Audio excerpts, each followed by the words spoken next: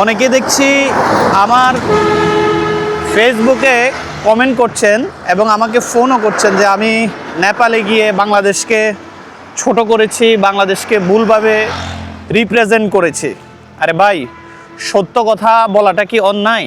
আমি যে বাংলাদেশকে নিয়ে সুনাম করব, বাংলাদেশকে নিয়ে গর্ব করব, এমন কোন বিষয় আছে আমাকে একটা বলেন তো দেখি, যে এই বিষয়টা নিয়ে, এই টপিকটা নিয়ে আমি কথা বলবো। এই টপিকটা বাংলাদেশকে বাহিরের রাষ্ট্রে রিপ্রেজেন্ট করা যাবে এমন কোনো টপিক কি আছে? আমাকে একটু দেন, তাহলে আমি ওই টপিকের উপরে আবার প্রয়োজনে নেপাল যাব, আবার প্রয়োজনে বাহিরে যাব, বাইরের দেশে গিয়ে বাংলাদেশকে রিপ্রেজেন্ট করব। এমন কোনো বিষয় কি আছে? বাংলাদেশকে বিশ্বের সামনে ফুটাই তোলার মতো এমন কোন সাবজেক্টটা আছে? আমাকে একটু দয়া করে বলবেন, তাহলে আমি ওই বিষয় নিয়ে কথা বলবো। আমি সত্য বলেছি, যা দেখেছি নেপাল আর বাংলাদেশের মধ্যে যে পার্থক্যটা আমি খুঁজে পেয়েছি সেই বিষয় নিয়ে আমি কথা বলেছি।